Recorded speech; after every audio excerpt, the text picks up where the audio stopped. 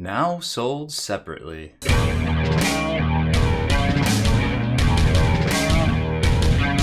Spiky Bits.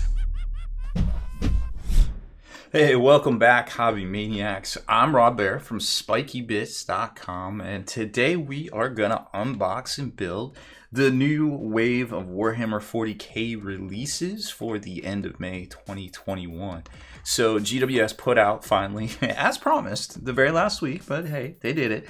The kits that came inside the Pariah Nexus box, which, you know, the community was a little torn about that one. You know, it was a little far-reaching kind of paywall type deal, I think, and a lot of folks really didn't like it because they wanted their Heavy Intercessors, and a lot of Necron players wanted their Flayed Ones and their Chronomancers. But regardless, we got them separately now finally. So if you didn't want to pay that ridiculous price for Pariah Nexus, well, turns out now you can just get what you need. And the prices are a little off of what we kind of expected them to be, but we'll go over that here in a second. I did want to take a minute and also mention that Lilith Houseprex is also out this week individually by herself. Now, she came in the Purity and Pain, or Pain and Purity, I forget what it's called, box, along with the Sisters Palatine model, which will probably release when the Sisters come out, assumedly next month in June, from the looks of it. We're not going to unbox and build her today because we're actually reusing our old Pariah Nexus footage, because why not? GW reuses the same stuff over and over again. So we're just going to do the same thing, but we'll cut this new intro and give you all the pricing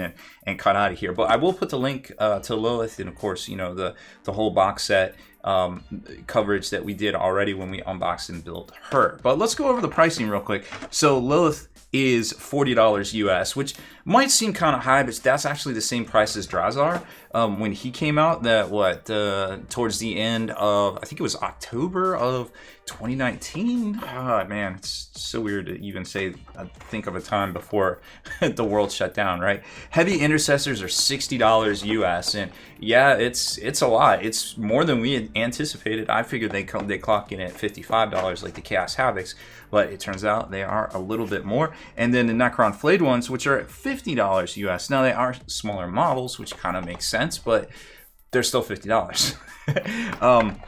Necron Warriors times 10 are 45 in their push fit, so I don't know how any of this pricing works, to be quite honest. I've tried to figure it out for years, but at the end of the day, I think it's just guesswork on how many GW thinks they can sell based on the rules, to be quite honest.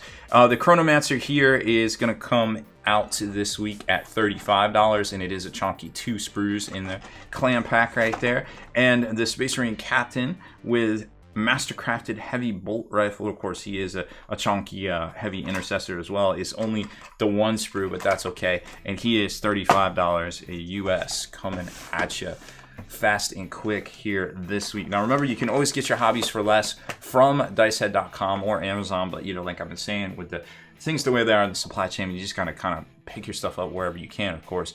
But just keep in mind, all of these are allocated. I think these were allocated to 2 each. I believe the Heavy Intercessors were allocated to 30 each, which may be Games Workshop assuming that they couldn't sell that many on their own web store, so they kicked them out to stores.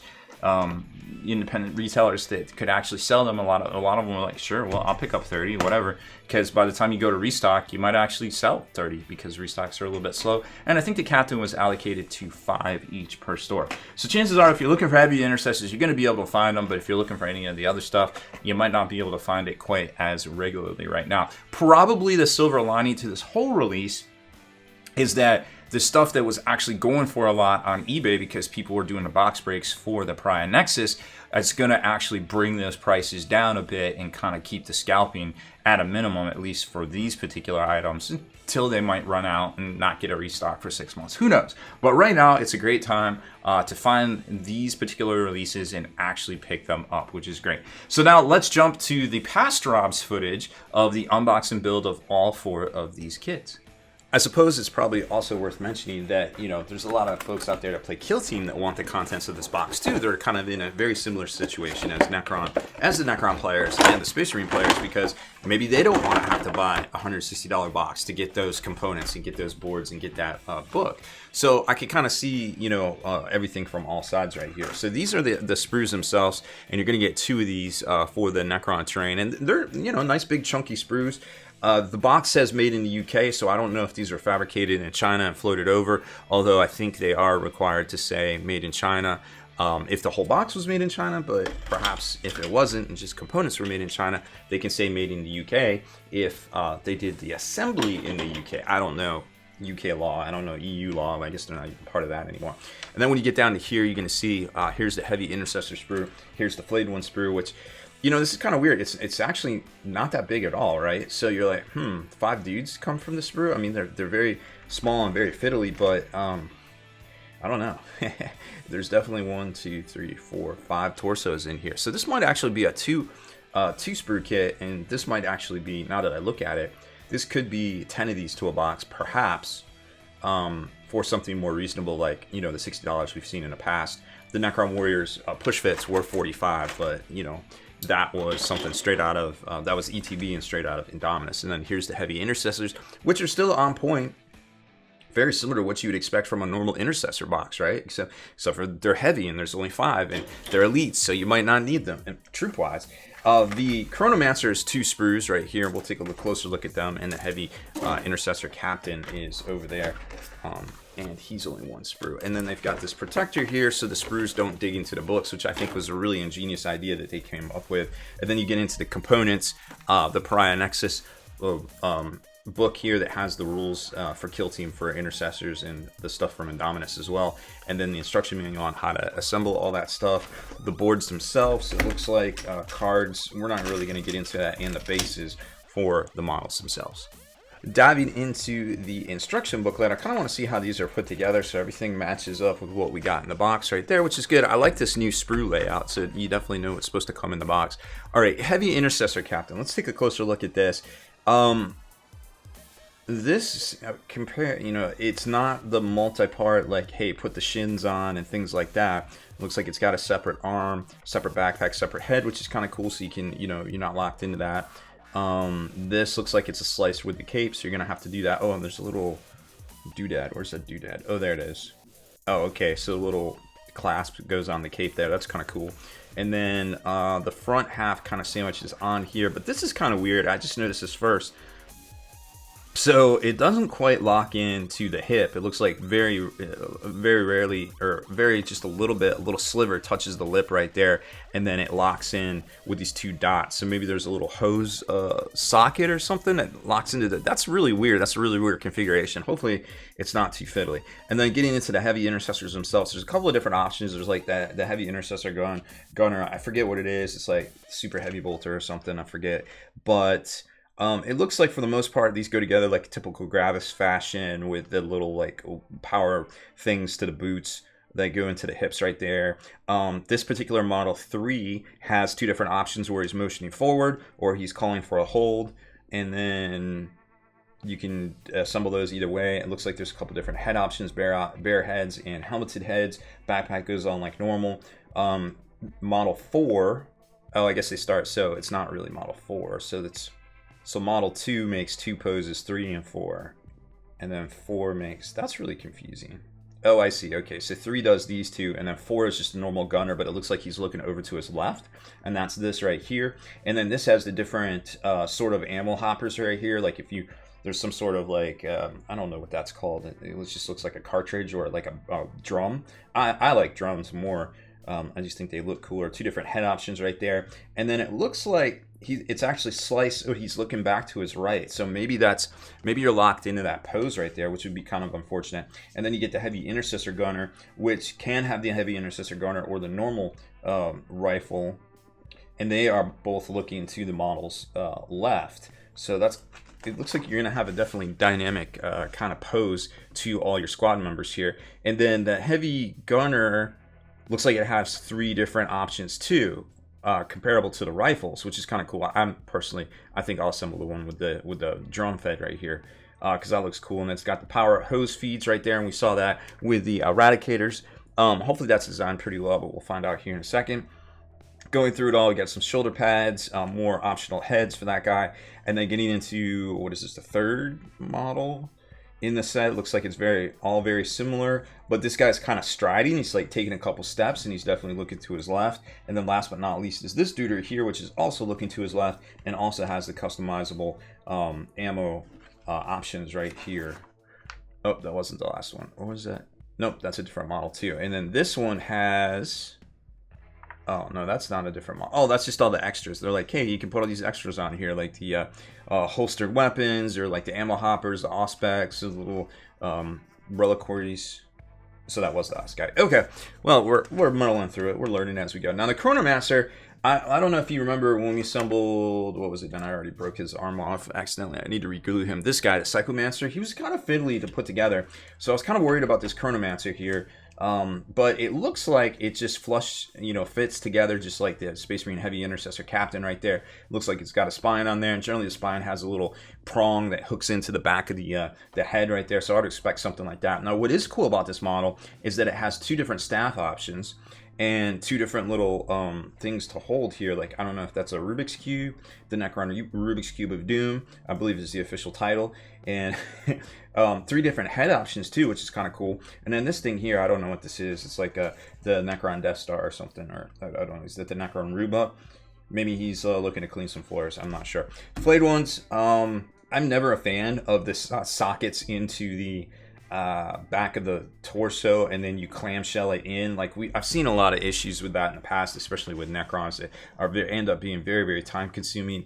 But it looks like the slices for the claws are kind of cool, like those lock in, and it looks like there's plenty of room for them to lock in. Now, I talk about this a lot, but using that Tamiya heavy or super thin plastic cement or plastic glue, that stuff's super strong, and you really can't go wrong with it on fiddly stuff like this, because it's so thin, it's not going to go everywhere. Like, if you use normal glue, right, like this stuff, and you mess up, this stuff goes everywhere. Like, it basically de facto ruins your model if you make one little slip up. You make a little slip up, it's got a little brush applicator with the Tamiya super thin glue.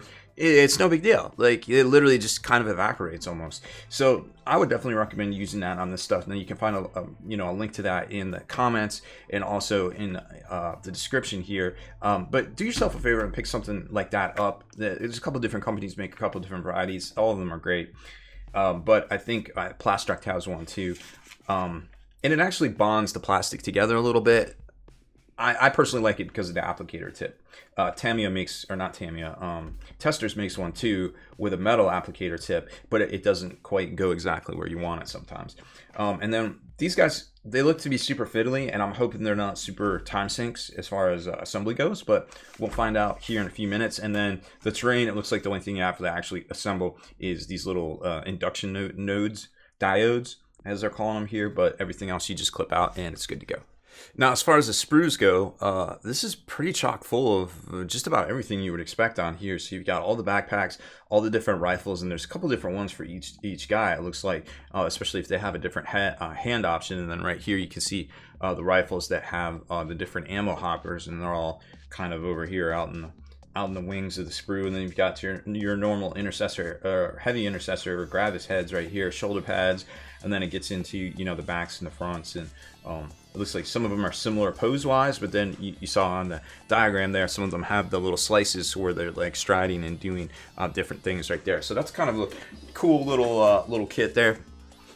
And then this guy seems to be pretty straightforward, like I said, but the one thing I'm worried about is how this piece locks into here, because you can see there's tiny little slice right there, and then there's little dots which look like they line up with those sockets right there. So that's a little fiddly. We'll see how that goes.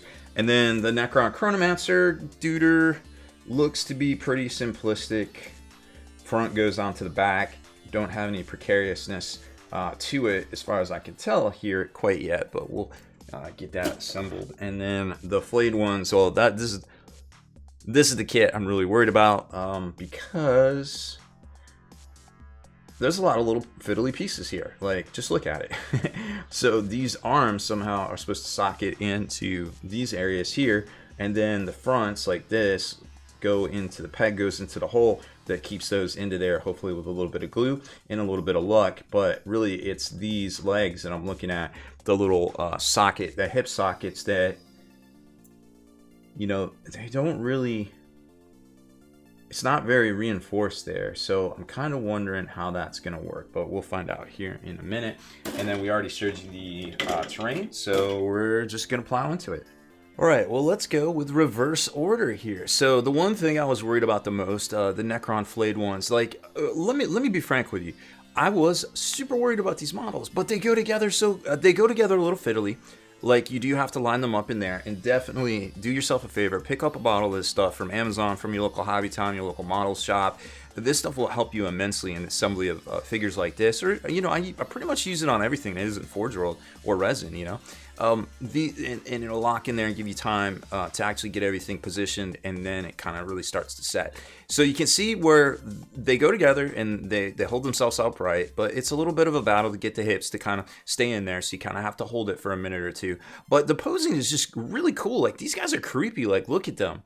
Like, straight up Edward Scissorhands meets Deadly Robots from space. And, you know, once I stood back and kind of looked at it, I was like, this model is actually pretty cool. Like, I'm very impressed by the design and the layout, and you can see all the little bits of skin on there that you can paint. You can really have fun, and yeah, these are something completely different from Necron. So I did that guy.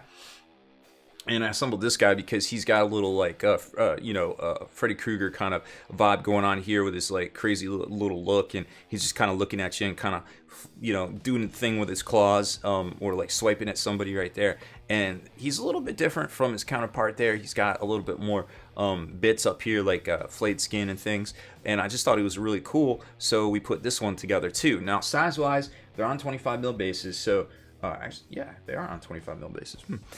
So Necron Warrior size, they're actually a little bit smaller, but mostly because they're just kind of hunched over and doing their thing. So yay, something smaller than me that's not Necron Scarabs. Poor Necron Warrior, everybody's bigger than him. So I just think these guys were really cool. And then what's his name?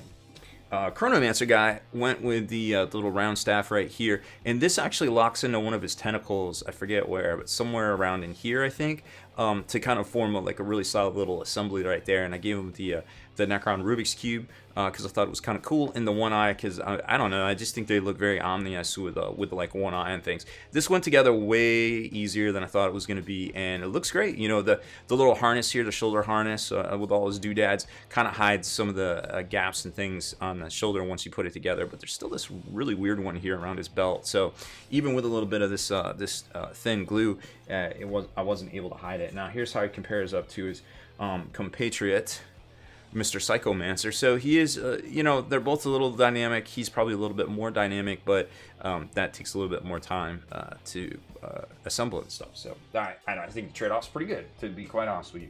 Marine-wise, what do we got? Oh, Heavy Intercessors. So here's the man, the myth, the legend himself, Super Heavy Intercessor. He's pretty cool, like, you know, holding everything together and lifting that up, and I like how they drilled out the barrel right there. We gave him the drum because I think the drum looks cooler. This locked in together pretty good, and there's these little nubs on his backpack that you just kind of got to watch out for. Like, they're not the best to lock in. You can see right there, there's this peg and hole, but over here it's kind of a little tedious to get in there, but I used the super thin Tamiya glue, and it worked just fine after a minute. So it gives you time to position and you know, correct anything that you might have messed up. And then all of these helmets, not all of them work like if you want to point it forward, because they're actually sliced to kind of give you a little bit more depth of it looking to the left. So, you know, he might not have that little part of his helmet on that back right there. At least some of them were like that.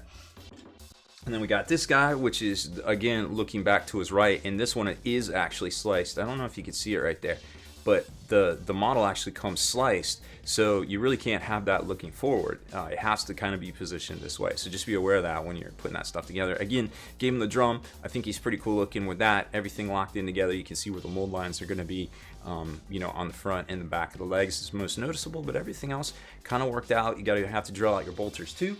And then this guy, this was the more dynamic one. This was the guy that can hold up his fist to hold, or, you know, hey, attack over that way, or let's go that way. He isn't quite sliced to look to the right, but that is the way they said to do it. I think he looks kind of dynamic. Hey, that way, or hey, over there, guys. And then he's just kind of holding his weapon right there and has the built-in drum, or the built-in ammo. You don't really have a choice about that one, but I think it's pretty cool looking. And then last but not least is the Heavy Intercessor Captain, and you can notice one thing right off the bat. He's very dynamic. He's got a lot of depth to him. The composition is pretty cool of the model. You know, he's kind of holding his sword, holding up his rifle right there. He's got this reliquary thing on the back, and then this little clasp, which is pretty cool. I think it's very well done composition wise. Model wise, you're going to want to use your Tamiya glue to kind of make sure you gap fill that right there, so you get a nice smooth kind of fill on the cape, so you can paint that up nice and neat. But this shoulder pad is separate and this head is separate, but that's about all the options you kind of have as far as this model goes. And of course, you're still gonna have to drill out your bolter. Now, he compares to the Space Marine Captain from Indominus. They're about the same size, even though they're different types of armor. I think they're different types of armor. Yeah, I'm pretty sure they are. One's Gravis, one's not. So just something to kind of keep in mind right there, about the same size. Of course, he's going to look bigger because he's on the terrain bits. And then when it comes to the Heavy Intercessors versus normal Intercessors, well, they're on a bigger base, of course. And then they're not much bigger. They're just kind of thicker. Thick. Just kind of thicker and bulkier, but kind of what we would expect, I suppose. So very, very neat kit overall. Now, of course, everything we assemble here, we always send out to our patrons.